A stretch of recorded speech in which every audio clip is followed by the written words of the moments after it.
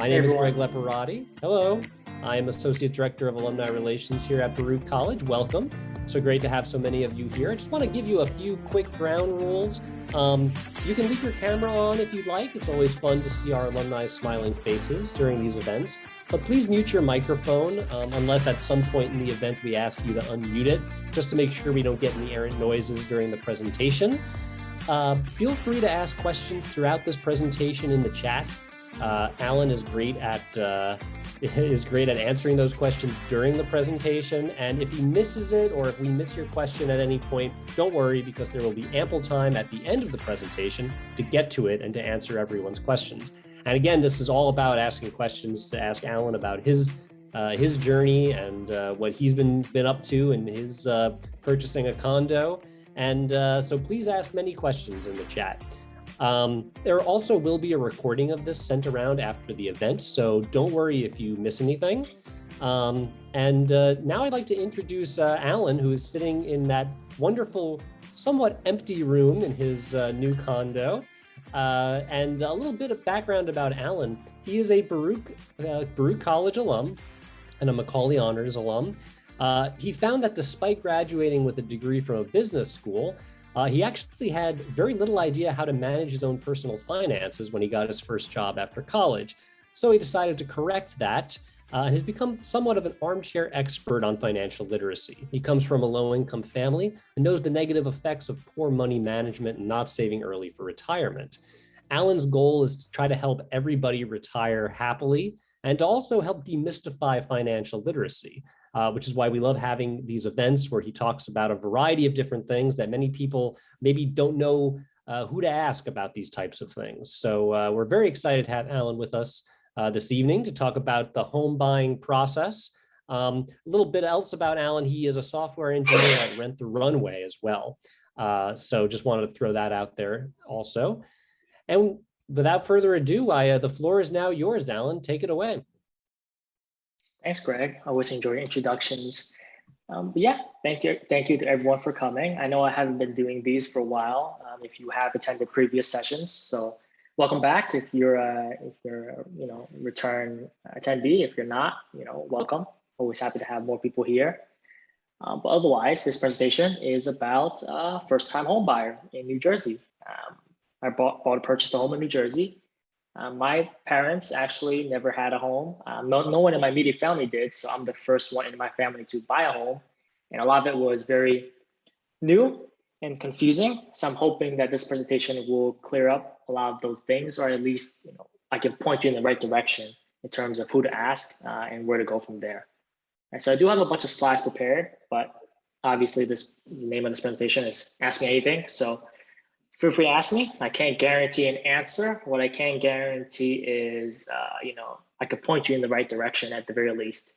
And hopefully there are other people in this presentation. A few of you reached out who are, financial advisors, who are real estate agents, of that nature, who can, provide more insight. If you have, feedback, or if you have opinions, or if you have answers to questions that are asked and brought up, please respond either in the chat, or if you feel comfortable with being recorded, you can respond with your voice. But otherwise, I'm going to go ahead and move this presentation along. And feel free to stop me at any point, either in the chat or asking a question. I will review it as we go along. So Greg pretty much did the slide for me, so I'm not sure what more there is to add here. I will say that one other thing to point out is if you do come from a low-income immigrant background, you know that buying a home is, depending on where you're coming from, is like the #1 goal of a lot of immigrants. For us, it was something that we weighted financially, right? It had to make sense financially to purchase a home. And for us, it wasn't just like, hey, everyone wants to get a home, so I'm gonna go get a home now. Right? I think it's very important to understand, is this the right time to get a home? I mean, everyone's path is gonna look different, right? So what I'm about to tell you may not look the same as what you will or have gone through when it comes to home buying, right? It differs from state, and it differs from geographic location, right? Just for a lot of reasons. But yeah, like I was saying, feel free to interrupt me throughout this workshop. always happy to answer questions. And if I don't have time or if we're low on time, we can always wait until the end. Always happy to stick around. So quick disclaimer, right? So obviously a lot of this information is financially related. So I'm gonna go ahead and say that I'm not a financial advisor, right? If you are seeking a financial advisor, definitely look for one. Also not an attorney and also not a licensed agent, right? When it comes to talking about real estate. So definitely look for someone who is licensed when you really need a professional opinion on that matter. This is more of my opinion and for informational purposes. So you're better equipped to speak to these professionals. All right, so I think the first slide that I really want to dig into, or the first line I really want to dig into is, don't get FOMO, right? So for those of you who don't know, FOMO is the fear of missing out, right? I think that most of us have thought at some point, especially during this year and a half, about purchasing a home, just because of low interest rates, right? And the fact that every other person we know is buying a home and it's all over social media, right? Because of the nature of the fact that it's cheap in a sense to get a loan, right? Cheap when it comes to the loan itself. And also prices for homes are skyrocketing, right? So that's something to keep in mind. Like the market is very hot right now, but not only that, you need to make sure that this is the right time for you to buy, right? Does it make sense for your financials, right? Don't just rush into buying a home because everyone else is doing it and everyone's saying it's a good financial investment. The answer to all of those always depends on if it's a good financial investment. You need to do the math and really figure it out and dig into it from there. One thing that I did say is make sure not to spend more than you can afford, right? That's one thing that was really on top of mind when it came down to how much home we can buy, right? If you're in a metropolitan area, prices are going to be crazy, right? That's just the nature of it, right? If you graduated Baruch and you're still in New York City, prices are crazy and they're going to continue to be crazy. I don't see that changing anytime soon. That's also a big reason why we went to New Jersey to look at homes and around the Hudson County area, just because it's close enough to Manhattan, but also the prices were less crazy in a sense, right? And when I talk about pricing, I don't just mean like the mortgage itself or the price of the home, right? I'm talking about all the related costs, right? If you look at a condo, there's the HOA fee, right? There's taxes, right? There's all these other things that, add into the actual cost of the home and the mortgage that you need to think about when it comes to purchasing the home. So I'm sure a lot of you are curious. So I'm just going to go out and say, hey, these are roughly what my mortgage details are for the home that I purchased. And hopefully it will help you get a good idea. It's going to be different for everyone because your financial picture is going to look different depending on also the time that you buy, right? So my interest rate was 3.25%.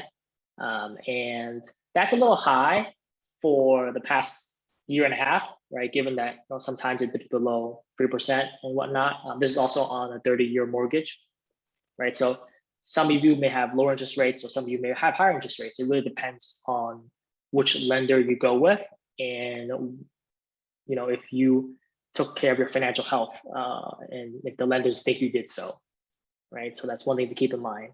Basically, try to have the highest credit score that you can have, right? On the super high level overview kind of looking at it. Obviously, there are other things to think about, but that's one thing. Yep, so I did shop around and one thing that I kept in mind, so for those of you who don't know, when you go look for a lender, you definitely want to speak to multiple lenders to figure out who can give you the best interest rate, right? And that's one thing to look at. There's other things to think about as well. But looking at the lowest interest rate is one of the base marks that you want to look for. Not everyone can offer the same interest rate. Someone asked, how long was your pre-approval valid for and did it hurt your credit score? Right, so our pre-approval was valid for around 60 days, right? But that's a question that you can ask your lender to just like verify. Did it hurt your credit score? Yes, it did. I had my credit score for full transparency was around 800. And after all was said and done, it's around the low 700s now. right? So I did take a hit, and the hits keep coming because once you sign up for that mortgage, they're gonna hit your credit score another time, just like right before you actually sign the loan and whatnot. So it does take a hit. Just be aware of that. But if you shop around within a close enough range of period, your credit score shouldn't take multiple hits. It should just be a single hit. Can you talk about the range of credit score that's best to have? Best credit score to have? I would say, generally speaking, anyone above 700 is probably in a nice place. Above 750 is probably in a best place, right? 800 above, you're probably golden. You don't think anymore. What's an example of a lender? So a lender really is a bank that's really to lend you money, right? So they're big banks that you see every day, like Chase. They can lend you money and they can be a lender. And there's local lenders, right? Lenders that are local to the city, local to your neighborhood that you can reach out to. And you're going to get different treatment depending on which one you go to. You need a loan pre-approval to make an offer. The answer is no, but it wouldn't be a competitive offer if you didn't have one, right? Especially now, given how competitive the market is. Well, it depends on where your market is, right? If it's really competitive in that area, then you want to get a pre-approval before you make the offer, because sellers are going to think, hey, they didn't get a pre-approval. Can I really trust that they have the money to close on the property, or are they just going to flake on me? So that's one thing to keep in mind, right? You need to give the perception, if anything, that you can pay for the loan and you can take on the mortgage. And agents that you work with, good agent would suggest that you get a pre-approval letter before making offers. Do you suggest going for a big bank or go for a smaller bank or local? Yeah, so this is one thing that we definitely struggled with quite a bit. And everyone had opinions when we were shopping for lenders, if we should go with a big bank or a smaller or local. We ended up going with a more local lender because the way that we saw it was, if you're at a big bank, chances you're like a 1 in a million of their customers, and you're going to get less attention, and your response time won't be as quick, right? For us, we went with a smaller lender because we knew that ideally, the idea was that they would respond faster, and they can sort of like give you pre-approvals with new amounts whenever you're trying to make an offer or you're trying to negotiate and whatnot. But I will say one thing, the caveat is that you don't know what the experience with the lender is going to be like until you start the process, right? Or you have a referral and they said, hey, it's really good. Did you use an agent from your lender, or did you find your own agent? We found our own agent, right? So our agent, lender, and attorney are all unrelated. So they're all separate and completely different. The question moved fast. What's the best way to search for local lenders? Google is a good place to search for local lenders, but we found our lenders through our network, right? Since we didn't know anyone that purchased a home, right? And it was very difficult to find people in our immediate family. We reached out to Baruch's real estate alumni club, I believe, or real estate club, and they referred a few lenders that we spoke to, and we went from there, right? We interviewed all of them. Obviously, we didn't just say, hey, someone referred you and you're good, right? We need to talk to them, figure out if they really met our needs and concerns. Is down payment normally 15%, and does it help with lower interest rate if you make a larger down payment? So our down payment, we put down 15%. Originally, we wanted to put down 20%, but we went up in the price of property that we want to purchase, and we felt comfortable going down in down payment. So does it impact the interest rate? Potentially, right? So before you make a decision on how much down payment you want to make, talk to your lender and have them basically send you a spreadsheet of all the different scenarios, right? So we talked to them and we say, hey, if it was 20%, what does our monthly mortgage look like, right? What's the PMI like? For us, it was less than $40, so it made sense. And every 5% went down, it only really increased by $10 a month. So, but we want to stay with 50% because the less you put down, the more you have to pay on your mortgage every month because it's more money condensed into the same period of time, right? So you can talk to your lender to help them paint different scenarios on what the mortgage would look like depending on how much you put down for a down payment, which is what we did. How's the agent's fee? So as a buyer, you don't, the sellers pay the agent fees, right? In at least New Jersey, and I think in New York as well, right? So the sellers put aside, I believe it was around 6%, and then the seller agent and the buyer agent divide up that fee. So you don't pay the fee as a buyer. Some people can argue, hey, it's it's factored into the home cost, but you don't have an upfront payment for an agent's fee. So for us, we wanted to get an agent because we didn't have to pay for it. We didn't like them, we'll fire them and so on and move on from there. Any fee one should watch out for or ask to waive. So potentially, this is a little bit difficult because it depends on what your lender is going to charge you, right? So that's also another thing, right? Not only do lenders charge you interest rate, they also charge you for the loan that they give you, right? For like the paperwork, for like their human capital and the people doing the job, right? So that's one other thing you want to compare.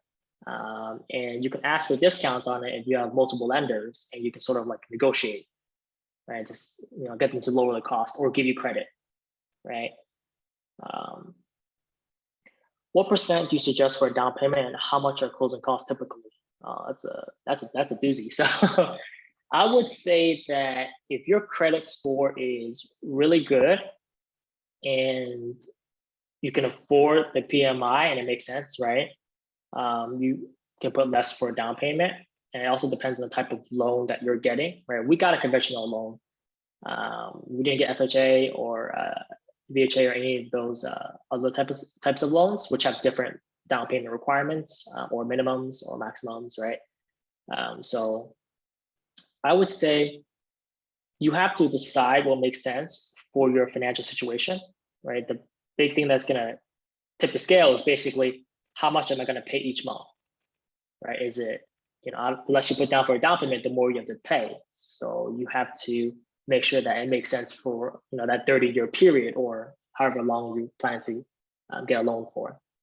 Closing costs typically are, I believe, around the way that we did our research was somewhere around I believe 4 to 5% or 4 to 6%, which is what we did our math on in our spreadsheets, and it was pretty close to that number at the very end.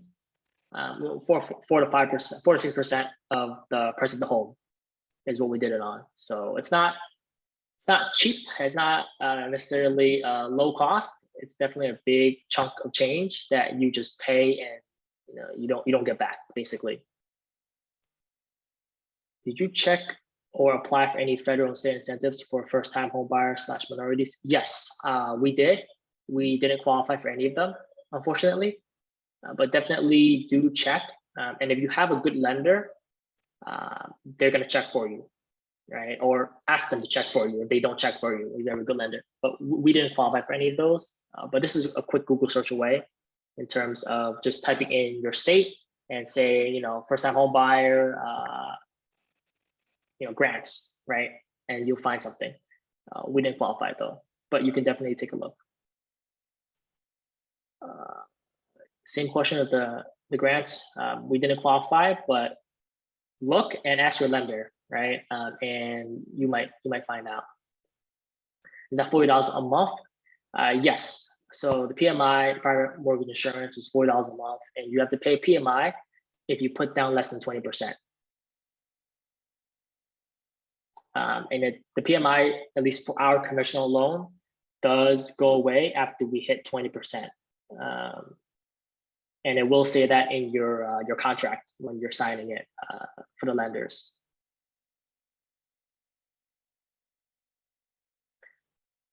What sites or how did you find your home? We used Zillow and Redfin. We preferred Redfin because Redfin had more information, but Zillow had more homes. So it was tricky, but we matched it up with those two, and we tracked on our phones and emails whenever a new home came on the market. would you be willing to share any template or spreadsheets you used for calculations? Yeah, sure, definitely. If Greg is still there, if he can remind me to send that spreadsheet out, I can definitely do that. He gave a thumbs up, so I will send the spreadsheet out and a template. I do have one that I shared with my friends. I should have really included it here, but I didn't. So, but I will send it out. That's good. We've shared one of your spreadsheets previously as well, I think, a few presentations ago. So absolutely. Great, definitely. Okay, so PMI is if you put less than 20% down. Yes, PMI is if you put less than 20% down. And if you hit 20%, it will go away depending on the type of loan that you have. And it will specify that in the contract. So make sure to read your contract. Do I have more slides to show? Yes, there's just so much questions. They just keep running in here, you know? It's not. Did you do a home inspection? Yes, we did. I do talk about that a little bit, so I'll wait for that slide. What was the name of the other site that you used? So it was Zillow and Redfin. Those were the sites that we used. Yeah, you know, Alan, how many maybe, years is your mortgage? I was going to say, maybe if we continue through the presentation, you might answer a lot of these questions. So I think let's go through the journey more, and then we'll address more questions shortly. For sure. All right, let's hop into those. So remember, there's always time at the end to ask questions as well. So I'm happy to answer questions at the end as well. All right, so I'm going to go through the home purchase steps that I went through. It's going to look possibly different depending on the state that you're in. But for us, this is what it looked like. And, you know, just a couple, not there's a lot actually that we have to go through. But yeah, so the first thing we did was prepping, right? We cleaned up our financials, and I'll go through each of these one by one, and each one has a dedicated slide. So here we go. So cleaning up your financials. This is going to be a little bit tough, and because it really depends on where you're coming from. Obviously, if you're very financially savvy, you're probably in a good place and you don't have to think too much about it. If you're not, it's going to take some, it'll either be really painful or it will be a breeze for you. It really depends. So the first thing here is improving your credit score, right? So if you have a credit card that tells you your credit score for free, great. That's one way to measure how well you're doing. And you know, someone asks you for what credit score is good, try to get above 700 as much as you can, right? Because that's going to get you a lower interest rate. Next up here is reducing the debt to income ratio, right? So one thing lenders really look at when they try to determine how much money or how much house you can buy is how much debt you have and how much income you have, right? So the less debt you have and the more income you have, the better it looks, right? Because to the lender, it tells them you can take on more debt, right? If you have too much debt, you know, they're going to be like, hey, you can't take on debt. You can only take on X, Y, Z, right? So if you have a lot of debt that's hanging around, student loans or credit card debt, or if you have a car loan, try to pay it down as much as possible because that's going to let you borrow more money. And then third here is saving for down payment. This one's an obvious one, depending on where you're coming from. Maybe you want to save 20%, or maybe you only want to save somewhere around 3.5% or something like that, depending also the type of loan that you're trying to get, right? So this really depends on your financial situation and how much you're willing to put down, because you also have to think about stuff like closing costs, think about stuff like, you know, renovations, furniture, really a whole bunch of things that comes with owning a home, right? And repairs, right? If you have to do repairs, chances are you're gonna have to do repairs, right? A home, like the home itself is depreciating every year, but the land that it sits on and, you know, the space it sits on appreciates every year. So ideally, right? That's the idea behind it. Yeah, you know, I'm most familiar with conventional loans because that's what we did. Any questions about that? That's definitely something that we can talk about. But definitely, like someone else mentioned in the chat, shop around, speak to multiple lenders because that's the way you can get the best offer, right? If you shop around for insurance, the process is very similar. Now, someone asked about, you know, looking for homes, right? So we browsed for homes online. Obviously, this was during COVID, so it didn't make a lot of sense to go to open houses. People still had open houses, and you could line up and get into them. We went to a couple. We didn't like the open house process. We preferred to have a private showing because that allowed us to sort of imagine ourselves in the home, right, and figure out is this the place for us? And also we can explore more, right? We don't want to feel like people breathing over our shoulder telling us to move along, let me in, and stuff like that. When it comes to browsing the homes online, a lot of these sites are basically very powerful, right? They let you filter by everything under the sun. And that's where you really want to figure out what your needs and wants are. You want to figure out, what do I really need? Right? Do I need to have a 2-bedroom? Do I need to have a 5-bedroom? Right? What are your wants? Right? Do you want a balcony, or do you need to have a balcony? I mean, you're gonna have to make trade-offs, and this doesn't really become clear until you get to the point where you start viewing the homes and you figure out what you are willing to sacrifice and what you aren't willing to sacrifice. But this, it's going to change over time. It did for us. And the second thing here is being realistic, right? You're not going to find a 3-bedroom home in New York City for $200K. It's not going to happen, right? You can try. I'd encourage you to, but it's not going to happen. You have to be realistic with where you stand on everything, and be willing to adjust based on the market that you're currently in. And the third thing here is setting up alerts, right? This has helped us a lot. Helped us see homes right away and schedule showings whenever the home came in the market. Usually by the time the home came in the market, we saw it that weekend, right? And we could cross it off or make an offer. So definitely set up alerts if you can. Have it sent into your email. You get an alert, like what you see in the pictures. Notify your agent so you can start viewing the home. Right, so a few questions here. How long did it take from when you started your search to when you started the mortgage process? From the day one, right? We started the search and the mortgage process at the same time, right? Because we needed to get the pre-approval letter to make competitive offers. And we didn't want to we didn't want to find the dream home we wanted and not be able to make the offer. And having the pre-approval letter makes us more competitive. So I would definitely suggest that you tackle everything all at once. I know, overwhelming, right? But it's it's our approach. Okay, Redfin has a flood map. Yeah, definitely use the flood map. It's great. And lenders are going to care about that. Lenders, if they see that it's potentially we can have a flood issue, they might require that you have flood insurance. How long did you feel you needed to prep in the financial private process? We prepped for basically a year. It's going to differ depending on where you're coming from and what your financial picture looks like and what your income looks like, and how well you were financially off before you got there, and where you were buying. Right, New York City, people prep for 20 years, 30 years. I can definitely see that, because seeing for the down payment is just insane as it is. And also making enough income to pay for that mortgage. Did you get a mortgage through a bank or online lender? We used a bank. I'm sure online lenders perform just as well. It just really depends on what kind of sort of relationship that you want to have with your lender. We want to be able to call our lender and really know their name and ask all the questions that we wanted, because our highest priority was education, right? Really understanding the process. Does pre-approval expire after a certain time? Yes.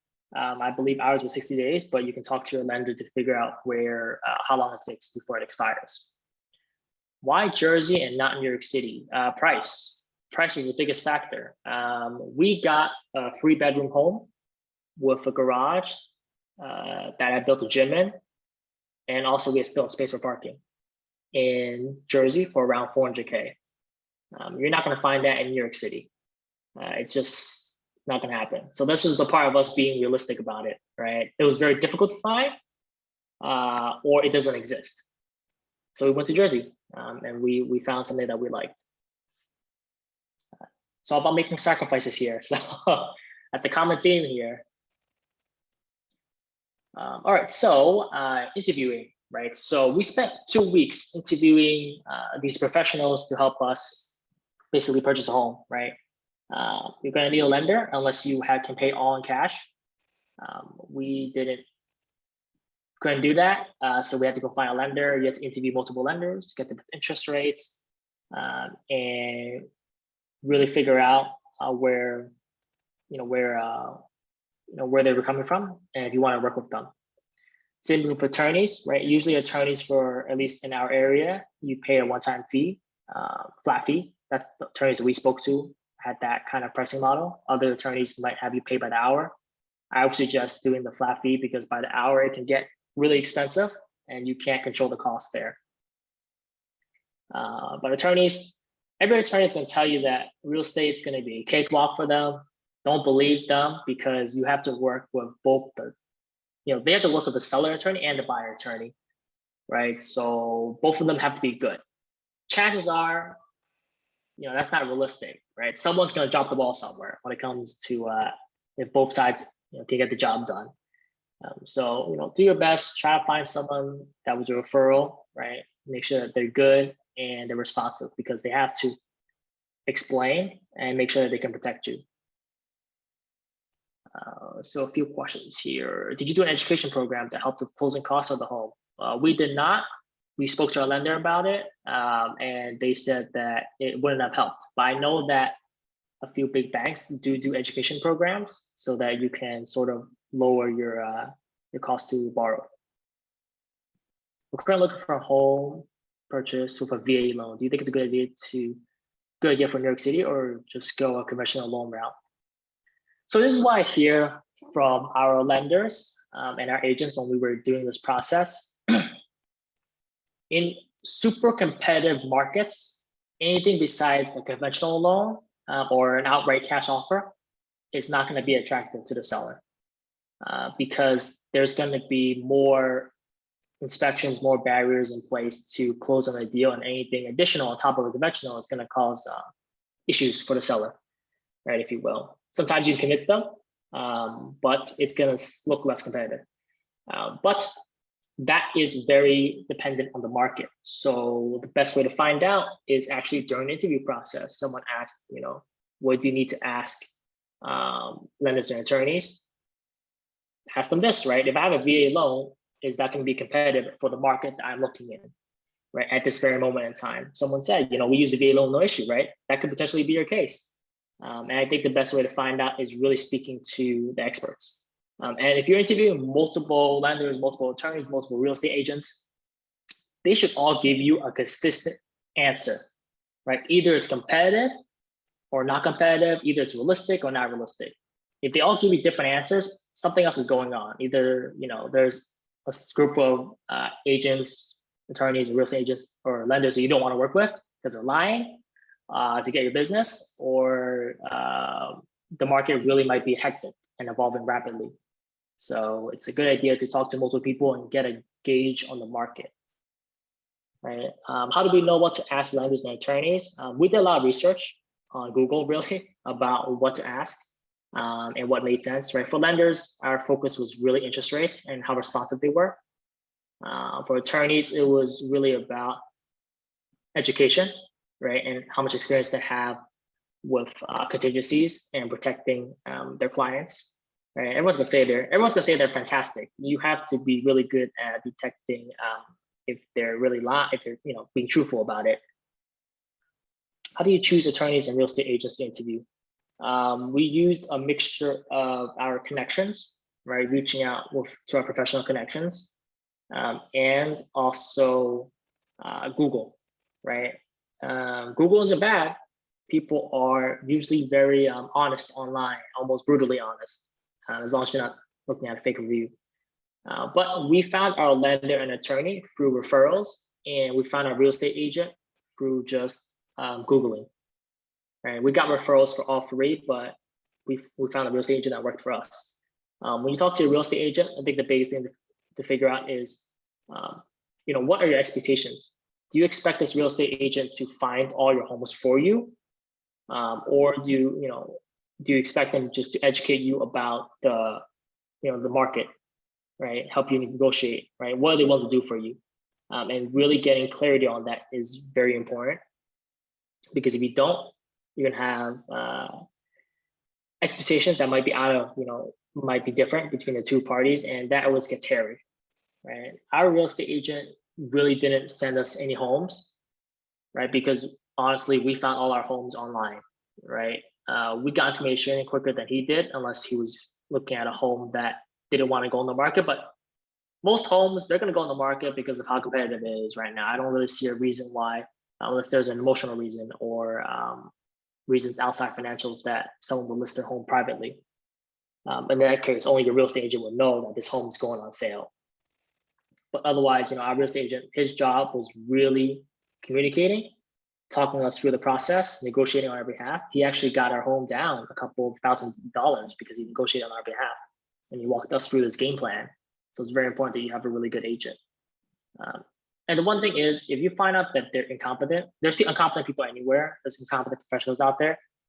If you find out that's the case, don't be afraid to fire them, right? Make sure that before you sign any contract with them, that you're not locked into their using only them, right? Our real estate agent didn't have a signed contract or be locked into using only them. And if we didn't like them, he said, that's fine.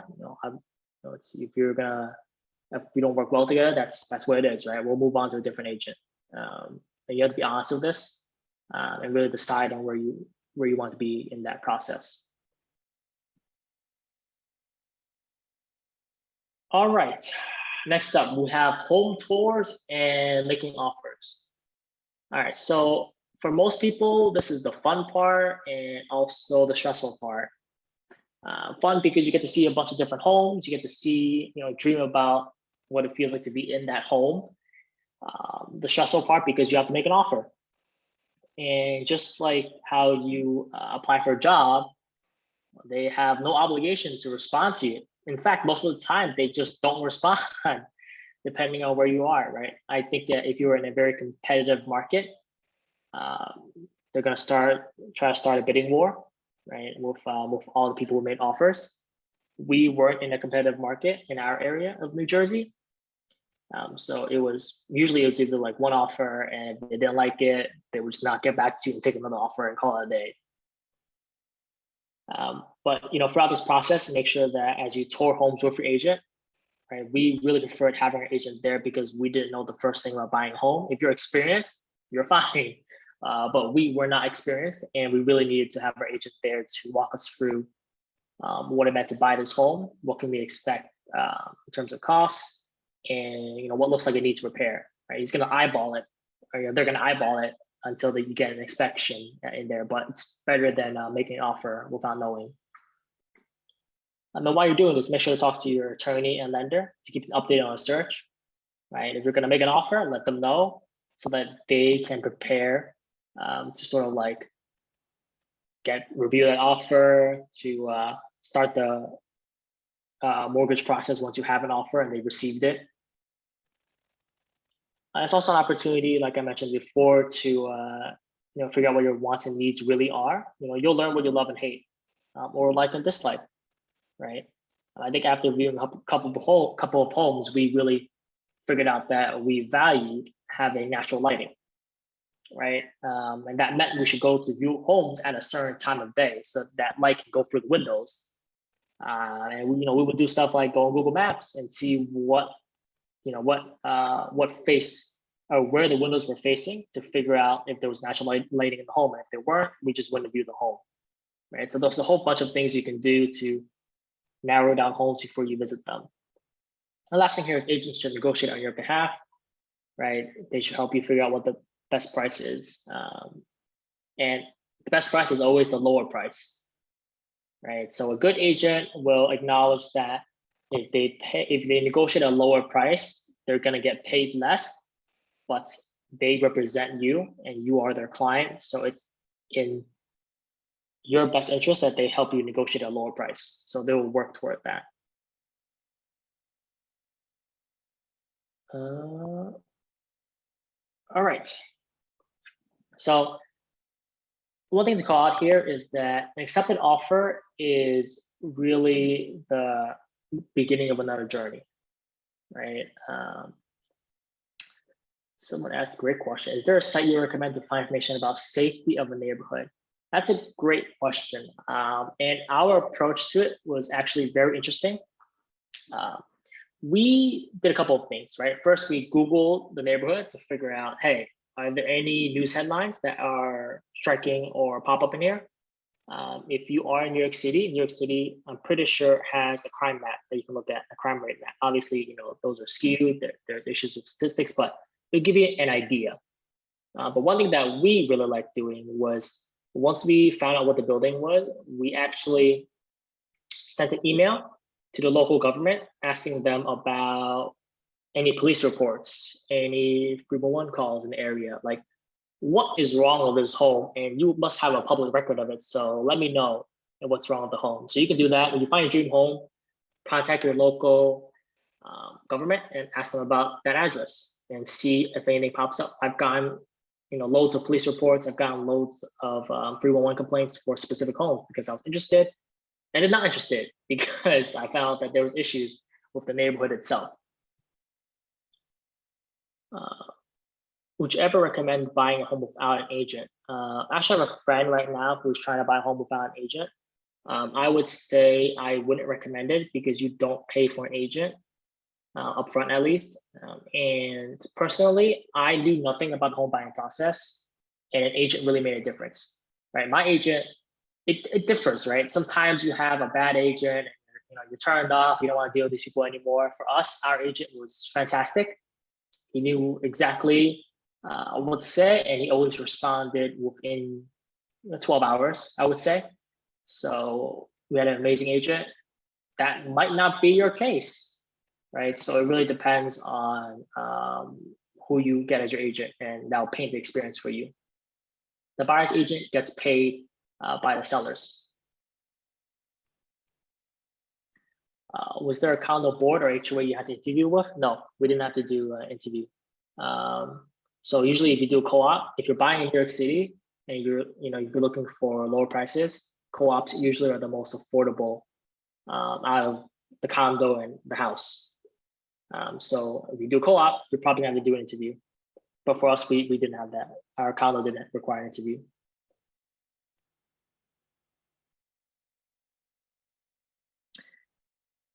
All right, so one tricky thing about New Jersey, and I think it's true for New York as well, but if someone purchased a home in New York, they can tell you more about it. But in New Jersey, we had an attorney review period, which meant that both the sellers and the buyers agreed to contract on this home, and at that point there was a minimum of 3 days for the seller's attorney and the buyer's attorney to look over the contract and modify it as needed, right? The buyer's attorney, which was our attorney, would modify it to protect us from if we have to pull out the contract for any reason, right? For example, if we can't get a loan, we can pull out the contract and get our money back. When it comes to just our, what's it called? Not our down payment, but I'll talk more about it later on, but basically we put down our money to show good faith, right? So we can get that money back. And just other protections in place, inspections, right? Inspection contingency, a bunch of other ones. But even though your attorney is reviewing your contract, it does not mean you should not look at it, right? We read the contract and made sure to ask a bunch of questions to our attorney to make sure that we understood all of our obligations and our contingencies and our deadlines, right? The tricky thing around the attorney review period is that during this period of time, either party can pull out of the contract, right? So the sellers can decide, hey, I don't want to sell the home to you anymore, or the buyers can decide, I don't want to buy this anymore. So that kind of sucks because you got the offer was accepted. Everyone's like, yeah, let's do this transaction, but then they say, JK, not really, right? So the worst part about the attorney review process, that's the worst part in my opinion. And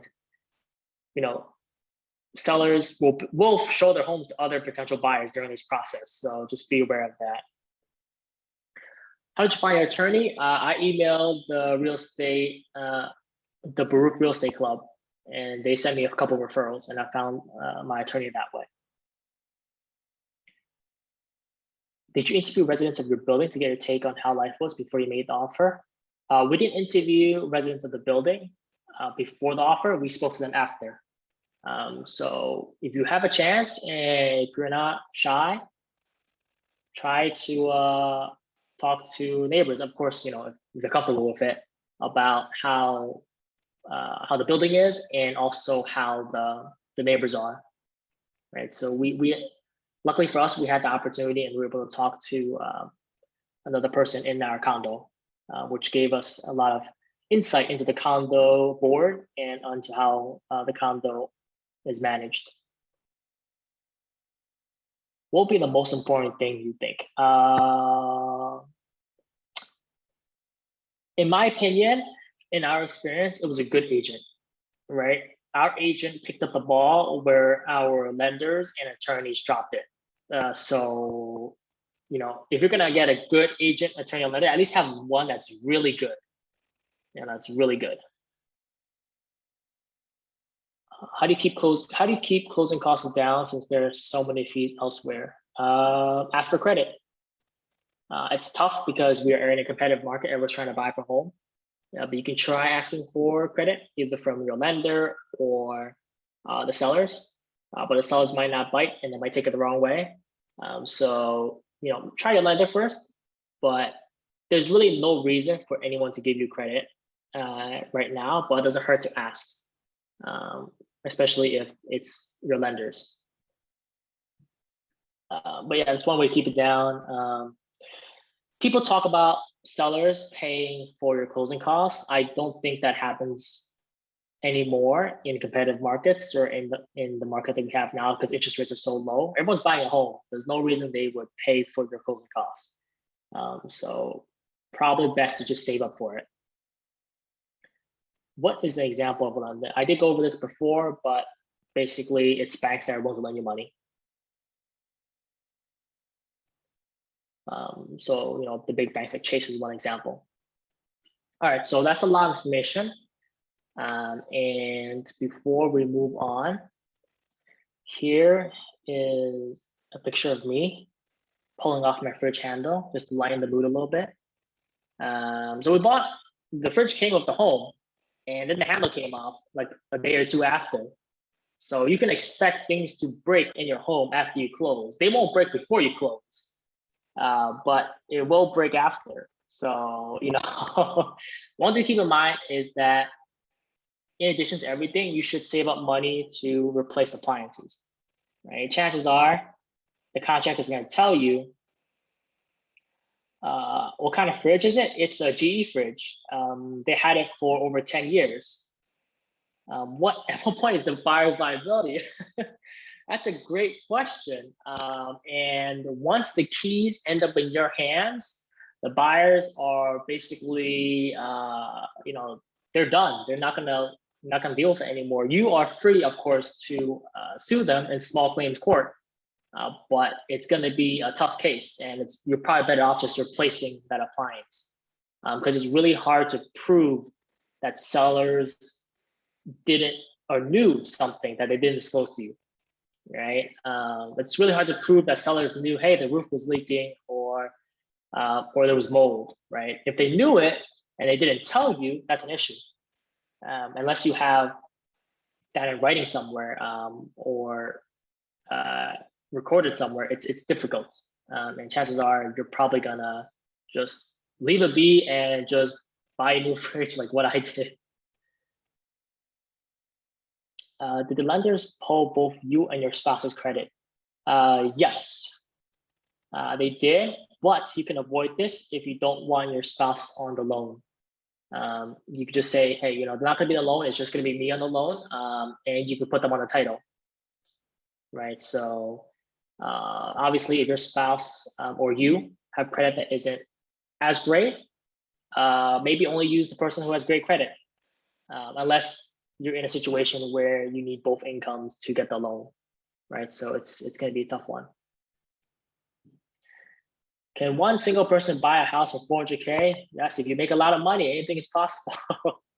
But yeah, it's obviously tough. We in America, we live in a pretty much dual income household. If you want to buy a home, that's pretty much what you have to do. How can you take out a loan without your partner and put them on title? You tell your lender that only you're going to be in the loan, and you tell your attorneys that you want your spouse on the title. right? And you make sure that both the attorney and the lender have no issues with it. So it's just communicating, right? It's just being a project manager, talking to the stakeholders, and letting them know, hey, can I do this? And if not, why not, right? Were there any issues around the house? Yes, there were issues around the house. We had a roof leak, so that sucked. But the thing was that we had a condo, so they paid for repairing the roof, and we had to pay for repairing the inside of the home itself, so like the ceiling, right? But things happen, things are going to happen, right? Like I said before, the home itself will depreciate because it's a physical structure, right? Just like a car, it's gonna break down over time, right? And things are gonna pop up all the time. This is why it's very important to have a good inspector, but they can only catch so much, right?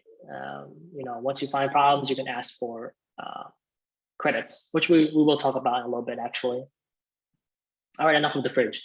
Okay, so this is where we are at the home buying process. The accepted offer section. There's still a bunch more steps here, but the next couple of steps generally are steps that you probably tackle at the same time, if anything. So they're not really linear. You talk to a bunch of stakeholders and the ball starts rolling for all of them. So big one here is chances are you're going to be sending in earnest money or deposits once you make your offer and once it's accepted. Right? So this is more of a show of good faith, right? And potentially this also means you can lose the money, right? Depending on what your contract says. So that's why it's good to have a good attorney because they can protect you, right? If there's something really wrong with the home, you can get your money back before and not have to go through with buying the home. Second thing here is to watch out for wire fraud. This is gonna keep coming up as you buy the home. They're gonna keep telling you, hey, don't fall for wire fraud, don't fall for an email that's coming from some strange email address. Make sure that you triple check everything, right? Call your attorney, call the title company, make sure that this is the right credentials that you're sending this potentially thousands of dollars to. And last thing here is sellers may request for a certified or cashier's check. So just be prepared to go to a bank and send a check in the mail. So a few questions here. Actually, shouldn't leaking roofs be taken care of before closing? Yeah, let's talk about that through the inspection and repairs section that we have right here. One other question. Let's say you have a down payment for around 200K and you make 70K yearly with a good credit score. How much can you afford the house for?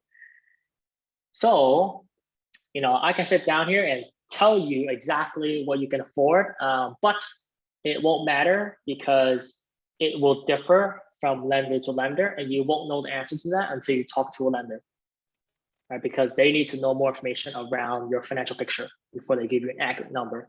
But you can talk to multiple lenders for free, and they're not going to even you don't be contracted with them to go through with buying a home. Just ask them, hey, a good lender will sort of expose you to how much you can buy, so to get some customers in the door.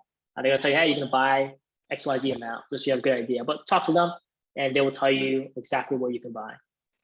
In my experience, I never found out the max amount that I can purchase for a home. I just went in there and I said, hey, I just told the lender, hey, lender, I'm only looking for a $300,000 home, right? With my income, with my assets, and my credit score, can I afford a $300,000 home? And they'll say yes or no, right? I don't like going in there telling them my income, my credit score, and everything, and then asking them, how much can I afford? Because they're going to give you the highest possible number because they make more money the higher the number is. And then you're basically going to max out on what you financially can afford, and you potentially might end up house poor where you have to basically use your entire income to pay for the home. Right? That's not a good situation to be in. You really want to figure out where you stand on that. Yes, we will be sharing the presentation and the recording. And all of these slides have a lot of notes in the notes section, so be sure to check those out. what's the most preferred proof of income from lenders? It depends, right? I think it gets complicated if you don't have sort of a if you're not working for a corporation. I think if you're an independent contractor, right, it gets tricky, but I think it's doable. I don't think it's like crazy. Talk to your lender and they're gonna tell you exactly how much information you need to provide. We just gave, I think it was 2 years worth of W-2s for them. But it will depend on what they like to see is stable, consistent income. That's what they're really looking for. Is it true that the credit score decreases if I do this process with a lot of lenders? The credit score will decrease if you ask for pre-approval. It won't decrease if you ask lenders just to tell you how much you can afford, right? So if you're actually shopping around for lenders, you're gonna have to get a good idea about what interest rate you can afford, and they might hit your credit score. If you do within a period of time, it won't be as bad. Do you have a link to the Baruch Real Estate Club? It's on LinkedIn. I will link it as well. I think actually Greg might have a link to it, but if he doesn't, I will also get that.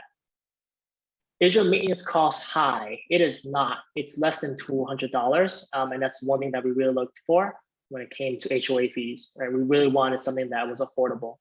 I know New York City is crazy that they're charging $800 over there. I don't know how it's even like doable or possible, but they're doing it and people are paying. So great, thanks, Greg. What was a reasonable property tax for you? Difficult to say. I think that it will differ. Obviously, it differs from state to state, and it'll differ from area to area. For us, it was, you can't really change property taxes that much. It's kind of fixed. You can like fight the government for it, but generally speaking, it's like, it is what it is. So we had to basically work with what we have. I don't think there's like a reasonable rate for us. It was like, if we like the home, we looked at the property tax and it is what it is, and we worked with it, because property taxes only go up in a sense. Unless you're really being overcharged for property taxes, then you can talk to the government about that. How many years is your mortgage? 30. All right, great. Let's move on to inspection, repairs, and appraisals, because this is super important.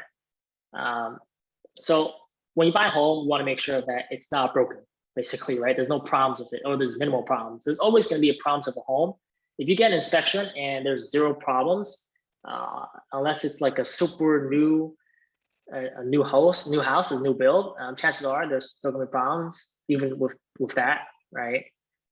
So get a good home inspector who will actually check everything for you, right? Who's going to check the roof, who's going to check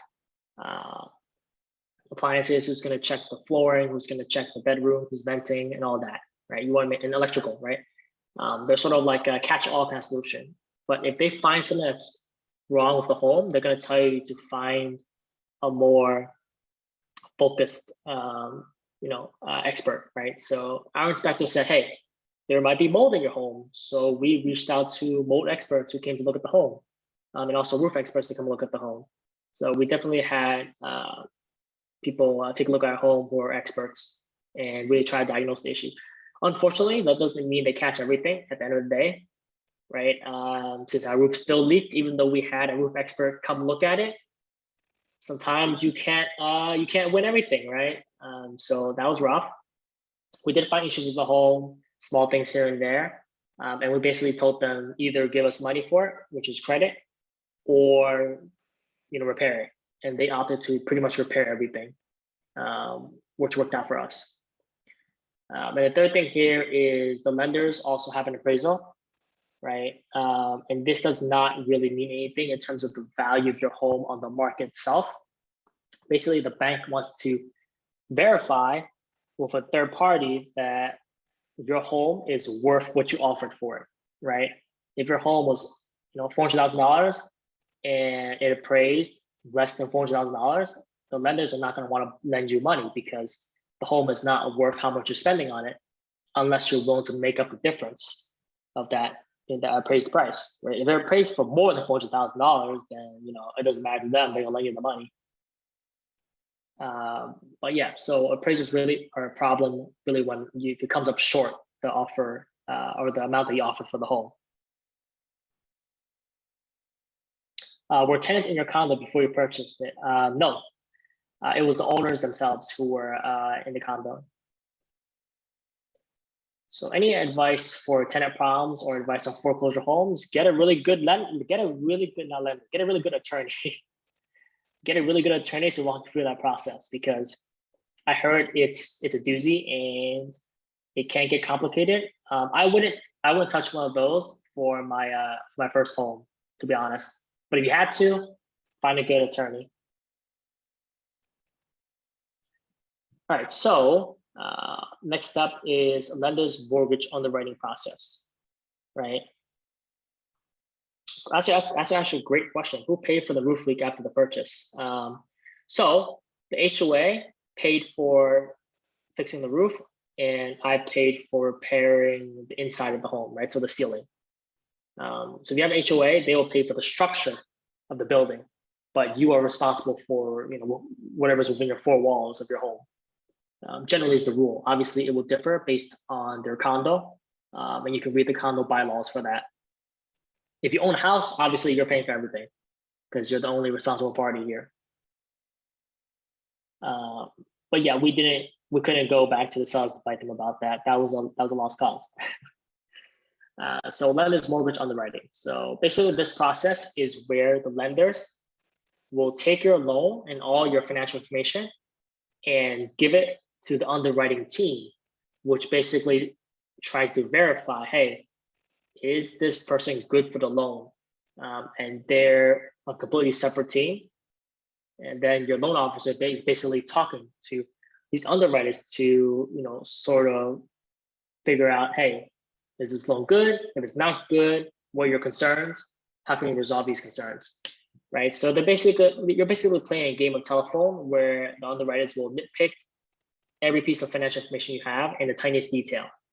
Right. So this was really annoying for us because they would ask, hey, your name is spelled wrong somewhere in these reports. And you just literally have to write back to them and say, that's a typo.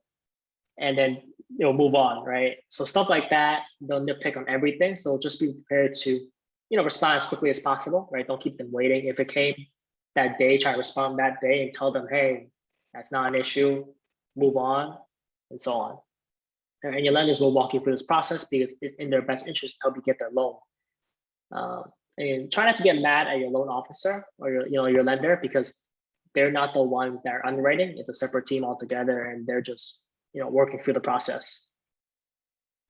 And another thing here is to avoid large life events, right? Without consulting your lender, right? Don't change your job, right? If you have to, talk to your lender about it first, right? It's not a big deal if your lender says you're good to go. If they say you can't, then it's going to be a little bit troublesome, but you'll work through it. Don't buy a car, don't put something large in your credit, right?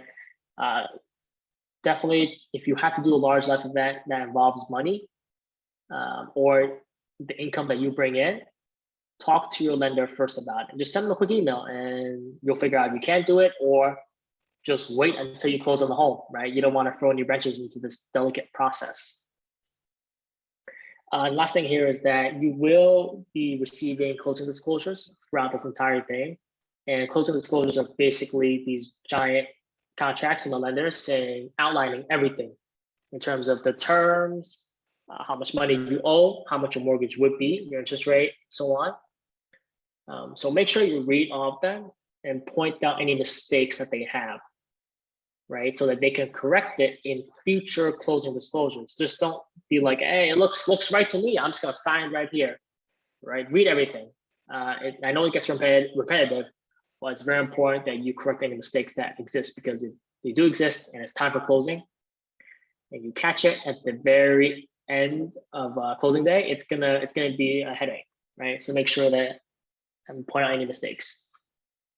And it's very tedious. I know this is the boring part, but it has to be done.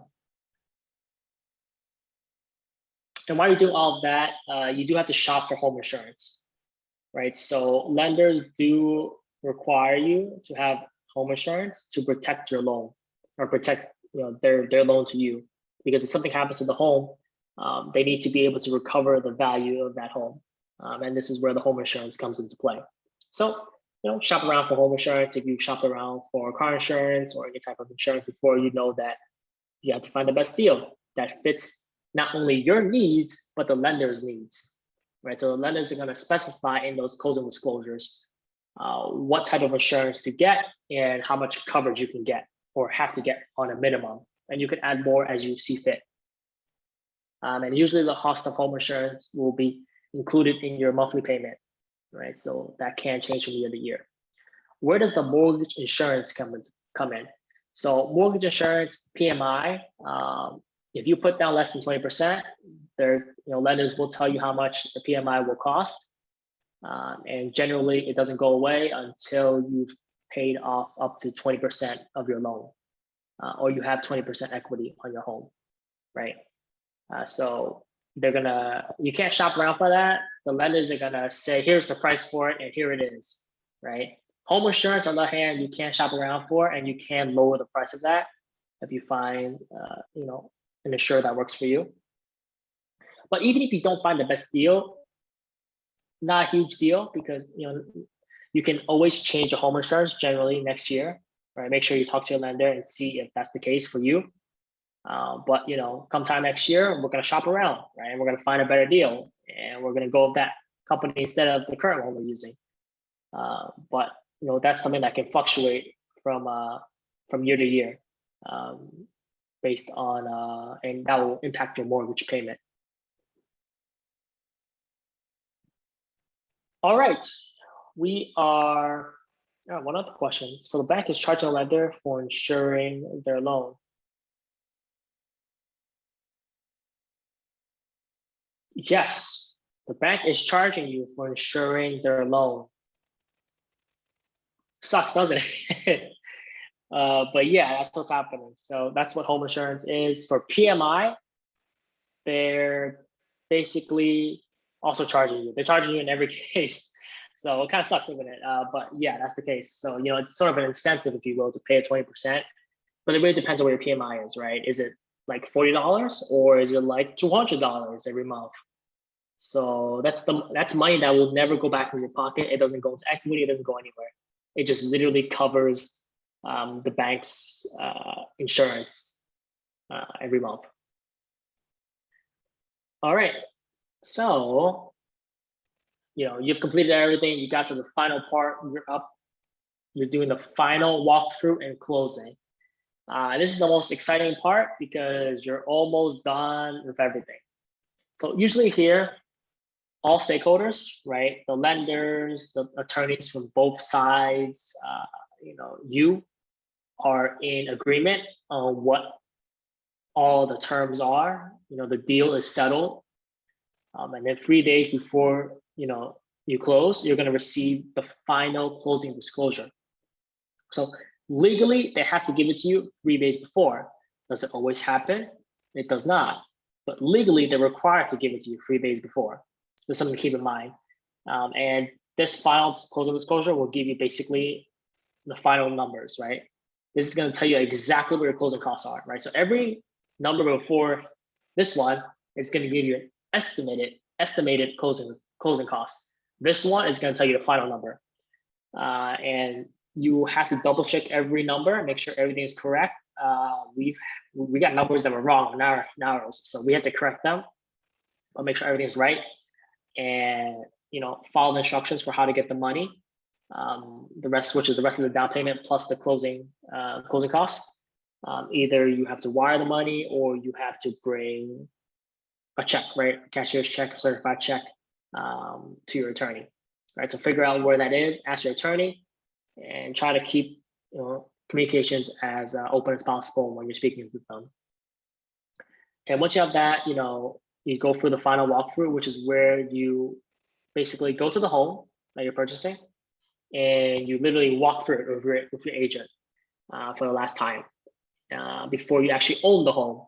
So this is where you take the chance and opportunity to verify repairs, right? Make sure that they've done what they said they would do, and make sure that there are no additional problems, right? Make sure that it's not all of a sudden everything's broken when you go in there. Alan Chen. Oh, someone is muted again. Okay, we're back here. But yeah, so make sure that you are, your home is exactly as you expect it to be. If there's any issues at all, now's the time to call it out and say, hey, they said they repair this door here and they didn't do it, right? Get them to do it or I will not sign and close, right? So once you have done all that, it's closing day, you basically go in, sign a bunch of documents. If you signed up all online already, great, you know how to do it. And you pick up your keys, which is exactly what we did. And this concludes the presentation for the most part, right? If you have an opportunity, you can connect with me on YouTube. I'm working on a channel that hopefully will have a video out by next week or the week after. I'm working on the first video, which is also talking about homes, but it will be more casual than this in the formal setting. Otherwise, read my blog. I have past writings there. You can reach out to me on email or LinkedIn.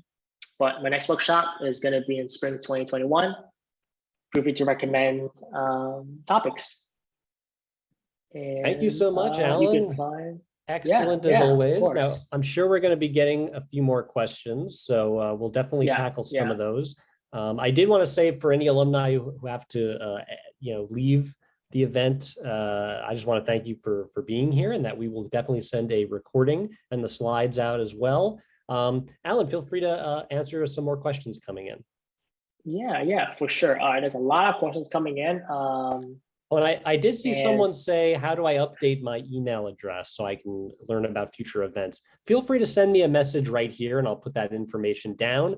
You can also email me after the event. I'll put my email in the chat as well, so you can do that. And I think we also have a form on our website somewhere to update your info, but it's quite frankly just easier to just send the info directly to me, and I'll just make sure that gets updated. So yes, anyway, go for it, Alan. Awesome. Okay, so before I get started, there's a lot of questions, and if I don't get to them before you bounce, feel free to check out this link tree and email me those questions, subscribe, or sign up for a financial literacy coaching session. I'm always happy to have. Everything's free, obviously. I don't charge anything. There's no free course or free textbook somewhere. It's just free because I'm trying to give back as much as I can. All right, to all the congratulations. Thank you. It was definitely a rough journey and I appreciate it. And I hope that this helped all of you. All right, so starting with the questions. Is it a good time to buy a house now, or is it better to wait till the market cools down?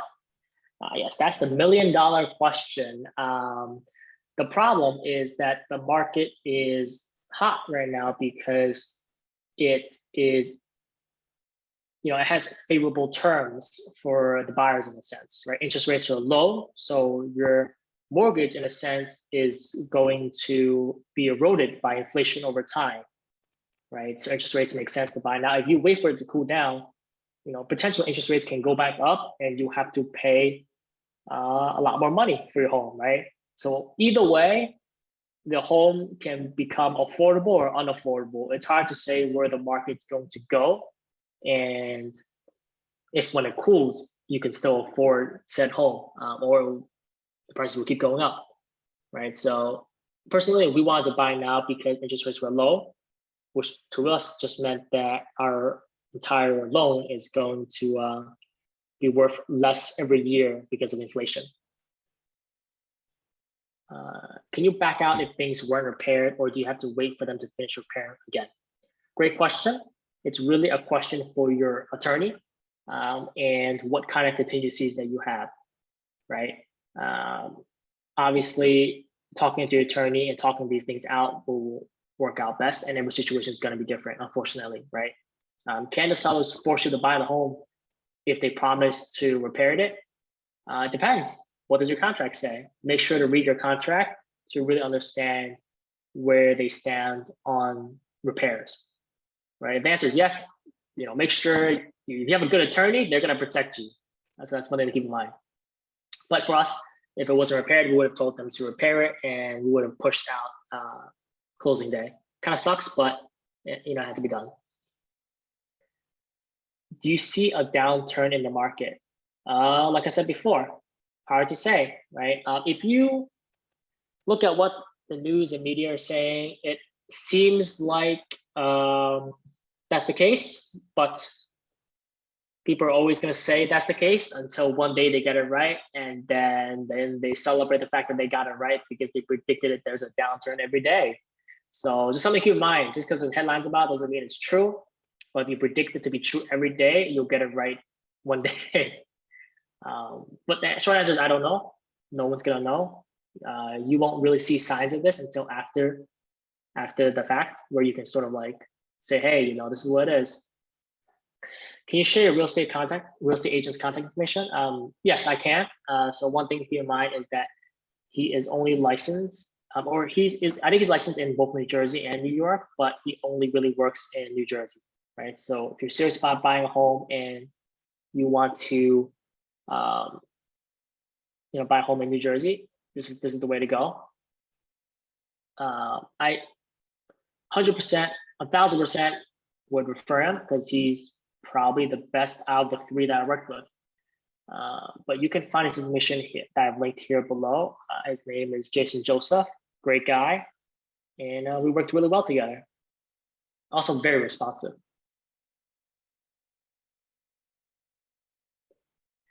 We have here.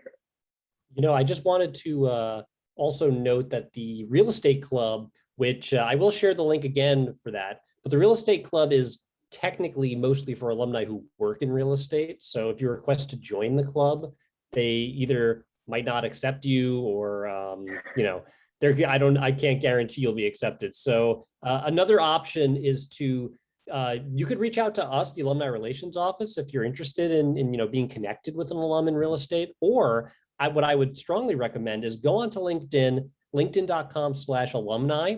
This allows you to search Baruch alumni who work in any industry that you can, have a search bar for it. So I would look into real estate alumni, see if they're based in the area where you're trying to buy a home, and reach out to them and say you're, looking for some advice. You just attended a webinar here at Baruch about buying your first home or a home in general, and you wanted to see if they had a few who could answer a few questions, and that might be a good way to make a connection, or they might be able to put you in touch with someone who could. So that's my recommendation for how to meet a Baruch alum who might be able to help you. For sure. Definitely this is where your cold emailing comes into play, right? But yeah, that's definitely the approach that we took here, for us at least, when it comes to finding a great agent. Referrals are the best. Okay, does anyone have any other questions? If not, you can always ask me at a later date by email or just setting up time. Thank you so much to all of our alumni who joined us this evening. This was a super informative event, as they always are, Alan. Really appreciate it. Thank you, Alan, for such a great presentation. I think everybody really learned a lot. I'm sure people hopefully feel a little bit, well, it's hard to say they can't feel anxious about this process, but hopefully they a little bit less anxious. And that, I think it was worth it just for the photo of you pulling the refrigerator door handle off. I think that was that was pretty funny. That's a great photo. You join my YouTube, there's gonna be so much more of that. Thank you again to everyone. We will share the recording afterwards. And are there any final words you'd like to share, Alan? Yeah, I just want to say that buying a home is very stressful. Just because everyone is purchasing a home doesn't mean you should feel pressured to purchase a home right now, right? Everyone's got their own timeline when it comes to buying a home. And as long as it makes sense for you financially and it makes sense for what you want to do with your financials, you should feel free to explore the options and see where you stand. Just make sure that you do everything responsibly, and you should be fine. And good luck with your search. Thank you. Good luck to everyone. And I hope to see you at a future alumni event soon. Have a great rest of your evening. Bye, everybody. Take care.